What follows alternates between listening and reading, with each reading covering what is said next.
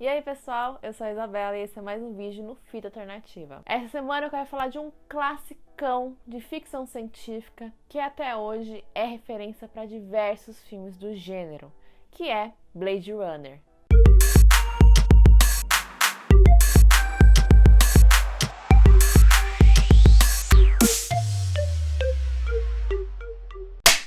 Lançado nos Estados Unidos no dia 24 de junho de 1982, o filme está completando aí 39 anos, rumo aos 40. E o filme é dirigido pelo Ridley Scott, tem até vídeo aqui no canal contando toda a trajetória do diretor no cinema. Além disso, o filme é baseado no livro do Philip K. Dick, chamado Androids Sonham com Ovelhas Elétricas? E por incrível que pareça, o filme foi um fracasso de bilheteria, dividindo críticas na época, né? Então é um filme que tem críticas muito positivas e negativas. Mas apesar do fracasso comercial, o filme virou assim um símbolo do cinema cult, principalmente do gênero de ficção científica. E é hoje, né, considerado um dos melhores filmes já feito. Então, o sucesso e a glória vieram depois. Ridley Scott disse até em uma entrevista que o Blade Runner ele considera o filme dele mais completo e pessoal. E com isso também, o escritor, o Philip K. Dick, ele também ficou muito famoso e também começou um movimento no gênero de ficção científica, principalmente literária, muito forte, sendo que hoje ele é um dos autores que mais serve de referência para esse universo. Além disso, em 93, o filme foi selecionado para preservação da Biblioteca do Congresso, como sendo cultural, histórica ou esteticamente significante. E o enredo do filme é ambientado no século XXI, onde uma corporação desenvolve clones humanos, né, para serem usados como escravos em colônias fora da Terra, que são identificados como replicantes. Ele, na verdade, era um caçador de replicantes, mas ele é acionado para caçar esse grupo fugitivo que está vivendo disfarçado em Los Angeles. Contudo, a fronteira entre o verdadeiro e o falso já não é mais tão acentuada, porque o Deckard começa a sofrer um dilema moral criado por seu envolvimento amoroso com uma das prováveis vítimas, né, que também seria uma replicante. E uma das coisas mais legais referentes a Blade Runner, com certeza, é a sua estética visual, né? O filme todo tem uma questão visual relacionada aos filmes dos anos 50, do movimento noir, que também tem vídeo aqui no canal falando sobre o movimento. Mas, com isso, ele também tem no seu enredo uma história futurística. Então fica uma estética futurista retrô. Além disso, outro clássico que o filme faz muitas referências estéticas é o Metrópolis, do Fritz Lang, também de um movimento importante que foi o expressionismo alemão. E por que isso faz Blade Runner uma grande referência?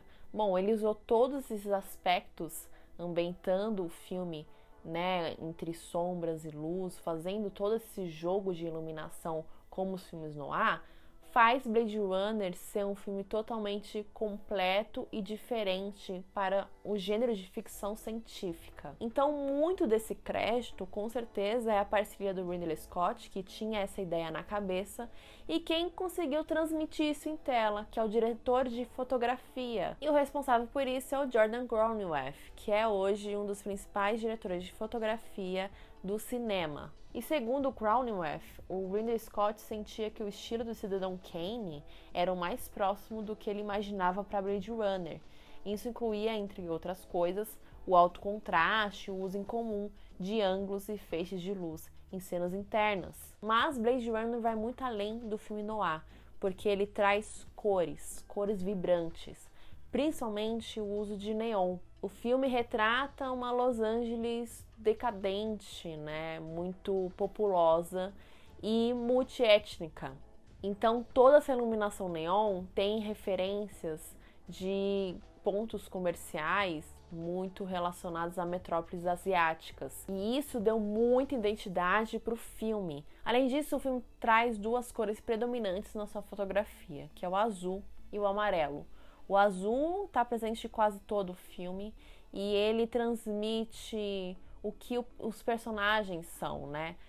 São personagens frios, sombrios e solitários, que vivem nesse mundo distante e dá essa sensação de sempre ser noite. E por outro lado, a gente tem o amarelo, que está muito presente nas cenas da Tyrell Corporation, que é quando aparece, né, o criador dos replicantes, o Dr. Tyrell, que é esse magnata corporativo que construiu realmente esse império, escravizando, né, replicantes, criando eles. E esse personagem, em cenários mais amarelados, dourados, carrega todo esse poder e riqueza, né, que transmite muito como é o aspecto do seu personagem. Além disso, Blade Runner conta sobre um mundo distópico, né? Então ele traz muitas referências e estéticas cyberpunk, em que hoje o filme é uma das principais influências para esse estilo. Mas além desse aspecto visual, outro ponto muito importante é como o Blade Runner tem uma narrativa muito única. Ele traz uma reflexão, temas filosóficos, em que você é colocado num mundo de fantasia, né? Em um mundo futurista, mas sem perder a parte de ter uma narrativa mais profunda. Então, muitas questões filosóficas que o filme traz é muito relacionada à ética humana e essas coisas de brincar de Deus, né? É um filme muito reflexivo, principalmente se tratando de um sci-fi e que traz diversas simbologias. E um dos grandes exemplos dessas simbologias com certeza estão nos planos de close nos olhos dos personagens, o que traz muitos significados, como esse olhar, né, deles nessa exploração de um mundo decadente. E por outro lado também traz essa percepção de quem é humano, de quem é replicante, principalmente naquele teste que a gente vê lá na primeira cena, em que eles analisam, né, através dos olhos e perguntas psicológicas e sentimentos, se é um replicante ou não. Além disso, uma das simbologias mais marcantes do filme é os origamis, feito pelo Gaff, sendo o mais famoso deles o do unicórnio, que daí saiu várias reflexões, né, do unicórnio, do seu significado, seja um mais básico, né, e literal, que é um animal puro, né, em que você tem talvez a pureza da personagem, da Rachel, por exemplo, mas por outro lado é um animal que aparece nos sonhos do Deckard, então abriu muito a discussão na época se ele era ou não um replicante, por exemplo, porque tem muito essa questão, né, de você implantar memórias, pensamentos e sonhos. Então tem muito disso, né, dessas grandes perguntas e percepção do público, porque você constrói uma narrativa mais enigmática, que faz realmente o espectador refletir no que ele viu. E outra coisa muito importante no Blade Runner, com certeza, é os seus personagens, o seu elenco. Temos aí, né, uma das melhores performances do Harrison Ford, né? Ele, na época, estava procurando por um filme mais dramático e com Blade Runner ele achou esse personagem que ele queria. E o Deckard é um personagem muito interessante de analisar. Ele é um lobo solitário, né? E ele entra realmente numa crise existencial, uma crise de ética mesmo. Porque ele, sendo um caçador de replicantes, chega um momento que ele se apaixona por um. Então, a Rachel, que é feita pela Sean Young, e uma das personagens com figurinos mais elegantes e futurísticos, né, do filme, ela é o ponto de partida, né, a virada de chave para esse personagem.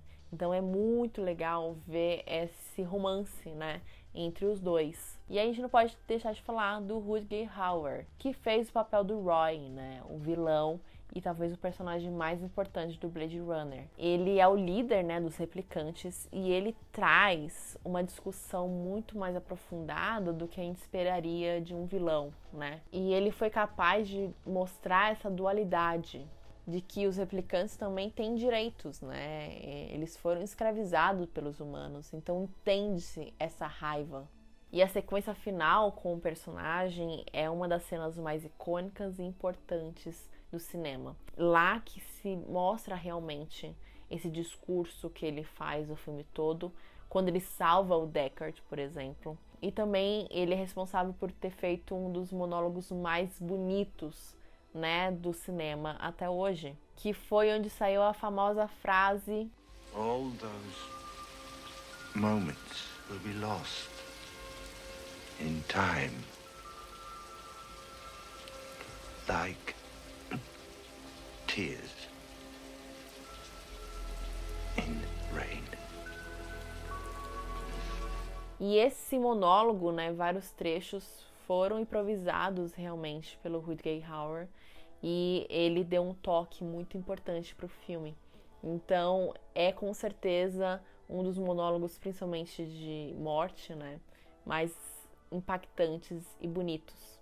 E outra coisa que eu acho fantástica em Blade Runner, com certeza, é a sua trilha sonora, feita pelo Vangelis.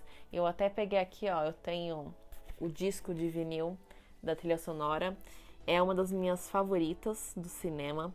Eu acho que a trilha sonora de Blade Runner é uma mistura muito boa e que cria a atmosfera do filme, porque você mistura aqui música clássica com instrumentos de orquestra, mas com sintetizadores, dando esse ar futurista, né, que o filme necessita, mas sem perder a parte clássica que o filme também traz, principalmente dessas influências, né, do cinema noir. Então, dessa forma, a trilha de Blade Runner traz realmente o que o Ridley Scott queria, que é o termo noir retrofuturístico. E bom, além da trilha, eu acho os efeitos especiais muito importantes destacar aqui. Os efeitos do filme são vistos como um dos melhores até hoje, né? Principalmente numa época em que você não tinha ferramentas, tecnologia para um efeito visual digital. Então, todo o cenário foram feitos com pinturas e modelos mate, e as câmeras eram frequentemente controladas por movimentos usados em computadores. E muitos dos efeitos do filme,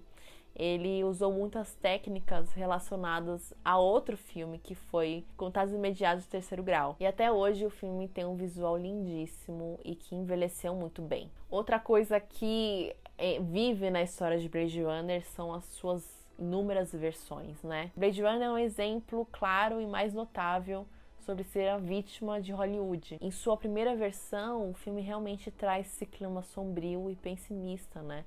Que era feito, claro, com a visão do diretor Ridley Scott. E o estúdio não gostou, né, dessa versão do Ridley Scott, eles queriam algo mais comercial, algo que explicasse mais, né? Então eles fizeram várias versões malucas, né? O que fez o filme ter essa dificuldade, né, de se estabelecer no mercado e ter um reconhecimento.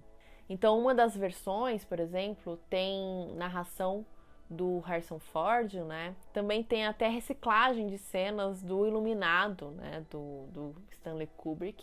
E também até um final mais feliz. Só que lá para os anos 90 saiu uma outra versão, né? A versão do diretor, que retirava, né, a narração do Deckard, que teve também a reinserção da sequência do unicórnio, que para mim eu acho super essencial, e a remoção do final feliz imposto pelo estúdio. Mas também teve uma última versão em 2007, que é o Final Cut, né? Esse teve um lançamento no cinema pela Warner Bros. E essa é a única edição que o Ridley Scott teve total controle na questão editorial. E eu acho que essas diversas versões do Blade Runner, né, pode até deixar as pessoas meio confusas em qual assistir, mas acho que faz parte da diversão.